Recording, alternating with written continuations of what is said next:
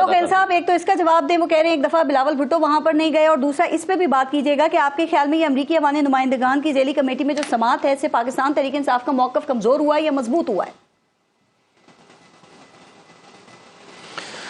बहुत शुक्रिया पारस। मुझे तो इस बात पे हैरत है कि तहरीक इंसाफ के लोग इस ऐवान के कांग्रेस की जिली कमेटी के ऊपर बात कैसे कर रहे हैं, और दूसरी बात ये कि ये उम्मीद कैसे रख रहे हैं।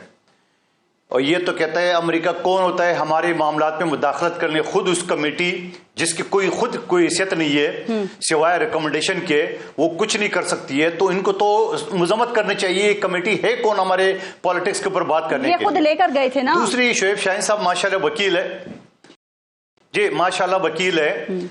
मैं तो इस बात पे हैरान हूं कि ये कह रहे डोलन लू ने पाकिस्तानी सफीर को बोला था आप अपनी हुकूमत को बता दे कि इसको हटा दे, नहीं तो अभी बताओ कोई बच्चों वाली बातें नहीं है। आप मुझे बताओ कि डोनाल्ड उस वक्त जब खान साहब ने वास्कट से ले रहा है तब मैंने उस वक्त कहा ये हो नहीं सकता है, ये कोई कबूतर वाला जमाना थोड़ी है कि पैगाम लेके जाए कबूतर जा कबूतर आ, ये टेलीग्राम वाला जमाना थोड़ी है।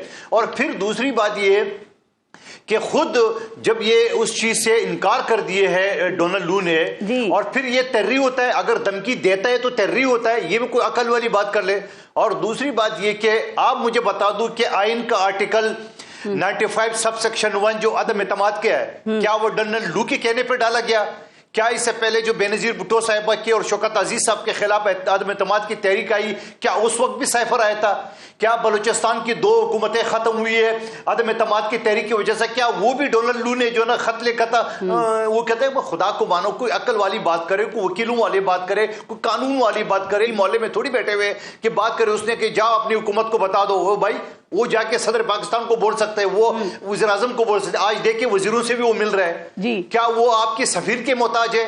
और फिर सवाल ये है, मुझे तो हैरत है कि इसके ऊपर डिबेट क्यों हो रही है। सबसे पहले तो सबको ये कहना चाहिए कि अमेरिका का एक जिली कमेटी जिसके पास क्या इख्तियार है कि पाकिस्तान के पॉलिटिक्स के ऊपर बात कर रहे हैं, हाँ वो जरूर अपने सफीर से सवाल जवाब कर रहे हैं जो कि उसने इनकार कर दिया है। अच्छा मंदोखेल साहब, ये जो मामलात हैं सर, वो यही कह रही है पाकिस्तान तहरीक इंसाफ के वहां पे इस पे ओपन हाउस हियरिंग हुई है और वहां पे जो साइफर के नुकात हैं उन पे बात हुई है, उनको शाया किया गया है और यहाँ पे उसको ऑफिशियल सीक्रेट एक्ट का मुकदमा बनाया हुआ है।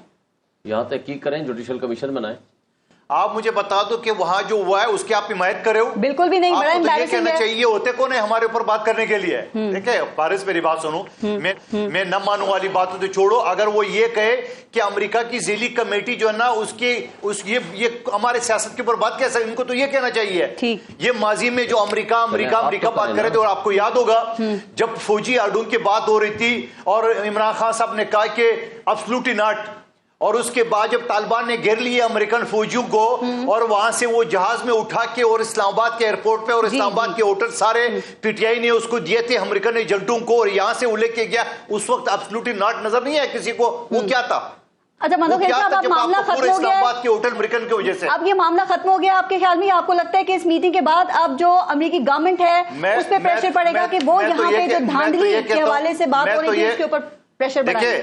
देखिए मैं तो ये कहता हूं, देखिए दांधली के ऊपर नहीं चाहिए। शोएब शाहीन साहब वकील है, माशाल्लाह सीनियर वकील है, इनको अपनी अदालतों पे भरोसा करना चाहिए, अदालतों में जाना चाहिए। और आजकल ये कमीशन का डिमांड कर रहा है, इनसे पूछो अगर कमीशन ने कल का फैसला दिया है आपके खिलाफ तो आप मानेंगे या फिर बोले नहीं ये वाला जज सही नहीं फला वाला जज करे? ये भी तो पूछे, मानेंगे। वो कह रहे हैं मान लेंगे, बनाए तो सही। ठीक।